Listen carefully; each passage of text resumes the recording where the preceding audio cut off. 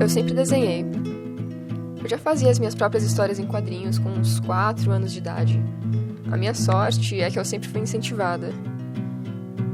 E, como toda criança, eu tinha essa obsessão gigantesca, conhecida como Pokémon. Todas as minhas coisas eram de Pokémon. Meus cadernos, meus brinquedos, e eu ficava naquele limbo da menina que gosta de cor-de-rosa e ao mesmo tempo gosta de Pokémon. Eu lembro que eu tinha uma mochila rosa e que meu plano era bordar uma Pokébola nela, porque o mundo inteiro tinha que saber que eu adorava Pokémon. Aí um tempo depois, uns 2 anos depois, eu vi Sakura Card Captors. E apesar de não ter ficado completamente obcecada por Sakura, eu gostava bastante do desenho. Quer dizer, a essa altura eu já tinha percebido que eu não era exatamente bem-vinda em muitas das coisas que eu gostava. Quando eu jogava videogame com meu irmão, por exemplo, eu sempre procurava uma personagem feminina pra escolher. E geralmente não tinha. Quando tinha, não era exatamente uma opção, porque muitas vezes era a única, ou não era muito representativa. E hoje eu vejo claramente como esses desenhos são importantes.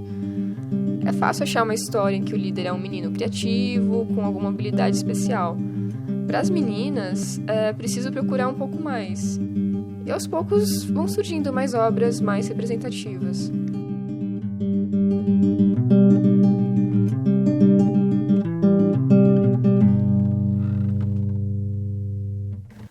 Foi mais ou menos nessa época que eu resolvi que eu queria desenhar. Desenhar bem, para poder contar histórias. E eu comecei a treinar, copiar desenho, e claro que ao mesmo tempo era tudo uma brincadeira. Eu desenhava em casa, desenhava durante as aulas, eu era a desenhista da turma. Como todo criativo pode atestar, a escola é um lugar muito desestimulante. Mas eu também encontrei pessoas que me incentivaram. E eu simplesmente não parei mais. Eu cresci desenhada. Mas é engraçado. Hoje em dia eu olho na internet, eu conheço o trabalho de centenas de meninas, aliás, de mulheres que estão produzindo todo dia, que tem um trabalho incrível, tanto fora do Brasil como aqui no país, e então eu olho para o mercado. Eu olho para a indústria criativa, para as livrarias, para os cinemas e... cadê? Quer dizer, sem querer entrar no mérito de abordagens mercadológicas nem nada assim, mas por que essas pessoas não estão empregadas, não estão assinando contratos, não estão sendo entrevistadas? O senso comum diz que não há muitas mulheres no meio, mas é só procurar um pouco que se descobre. Mas se tem que procurar, é porque de um jeito ou de outro se esconde, se tira o espaço.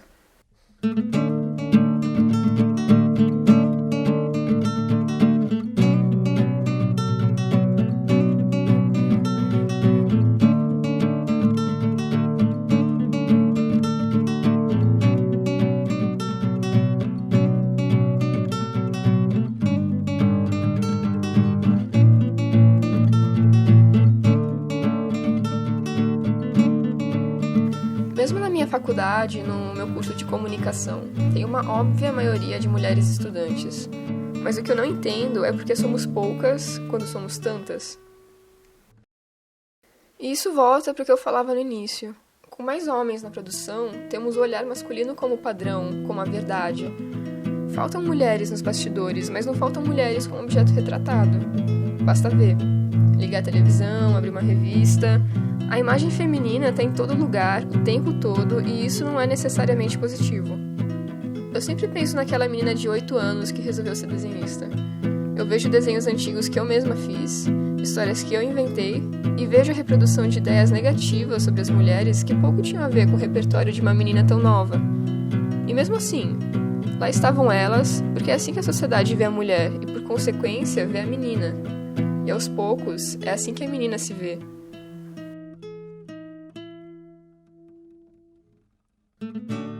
Mas eu tive outra mudança de pensamento, dessa vez lá pelos meus 16 anos.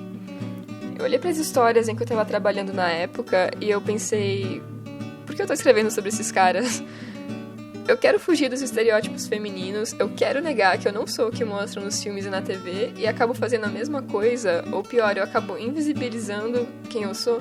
Hoje, eu acho que a forma de combater esses estereótipos é enfrentar eles de frente, subverter o pensamento comum. E, claro, falemos de mulheres.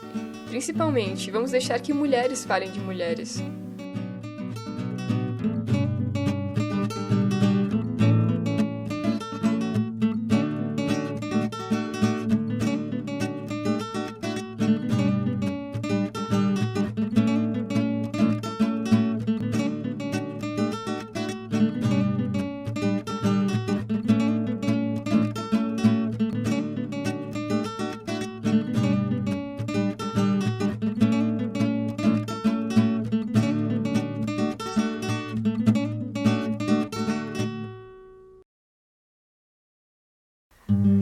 Então eu abri uma chamada na minha página procurando por mulheres artistas.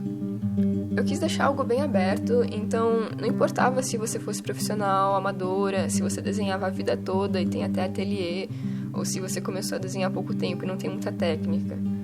Desenhar, independente do fim ou do meio, é um ato extremamente pessoal. Qualquer criação tem uma carga expositiva implícita, e às vezes explícita, como no caso dos autorretratos, que foi o que eu pedi na chamada. Quando se cria, quando se desenha, tudo isso significa ter uma posição, defender um pensamento. Cerca de 50 mulheres mandaram suas contribuições. Algumas escolheram mandar somente o retrato e nada mais. Outras falaram de sentimentos, do que significa o desenho para elas. E tiveram aquelas que fizeram questão de contar, com orgulho, toda a trajetória de luta pela vontade de desenhar, mesmo que os obstáculos comuns da vida tivessem as afastado disso. E é interessante que algumas pessoas, mesmo sendo desenhistas há algum tempo, há anos, revelaram que nunca tinham se desenhado antes. A primeira tentativa foi depois de ver a chamada que eu publiquei, e a vontade de participar virou incentivo. Elas relatam que a experiência de se descobrir no próprio traço é muito divertida e é uma inspiração. Eu quero aproveitar para agradecer todas essas artistas que cederam a mim o seu tempo e a sua expressão, principalmente. Que elas cresçam cada vez mais e que não parem de se desenhar nunca.